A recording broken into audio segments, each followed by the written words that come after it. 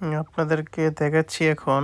দেখেন রাস্তার পাশে জাপানে রাস্তায় মুড়ে, মুড়ে এরকম থাকে মেশিন।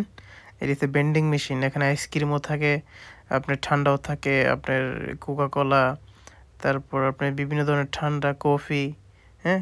বিভিন্ন ধরনের চাও থাকে। বোতলজাত চাও বিক্রি করে চা, কফি এগুলো অনেক কিছু ঠান্ডা ড্রিংকস বিভিন্ন ধরনের এনার্জি ড্রিংকস থাকে। এখানে আমার ফ্রেন্ড একজন উনি কিনবে যে আইসক্রিম কিনবে। দেখেন প্রত্যেকটার দাম দেওয়া আছে, ছবিও দেওয়া আছে, দামও দেওয়া আছে। আপনি যেটাই কিনেন ছবি থাকবে এবং দাম থাকবে। আপনার যেটা ভালো লাগবে ওইটা কিনতে পারেন। উনি কিনবে আপনার ওইখানে ওই আইসক্রিমটা কিনবে। তো প্রত্যেকটারই দাম দেওয়া আছে। আপনারা খেয়াল করলে দেখবেন দাম লেখা আছে, জাপানিজ ইয়েন এগুলা। তো উনি যেটা কিনবে ওইটা উনি চয়েস করতেছে ওইটা কিনবে। উনি ওইটার দাম 200 ইয়েন।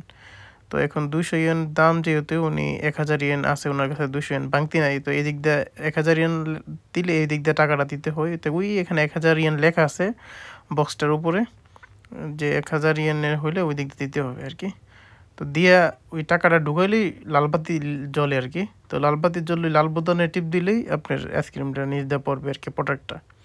মানে টাকা ঢুকলে সবগুলোতেই লালবাতি জ্বলবে। তো এখন উনি আইসক্রিমটা নিল নিচ দিয়া, আর ওই ভাঙতিগুলা এদিক দিয়ে বের হবে।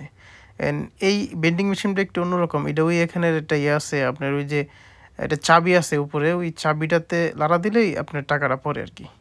তো ওই চাবিটাতে লাড়া দিলেও ভাঙতি পড়ে। এটা হচ্ছে একটু ব্যতিক্রমী বেন্ডিং মেশিন।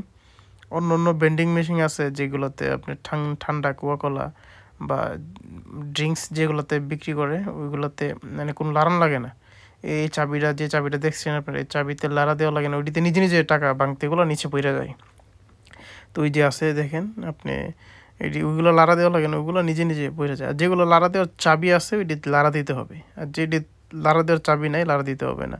তো যাই হোক আপনাদেরকে দেখালাম, দেখেন কেমন সুন্দর জায়গায়। ভালো থাকবেন সবাই।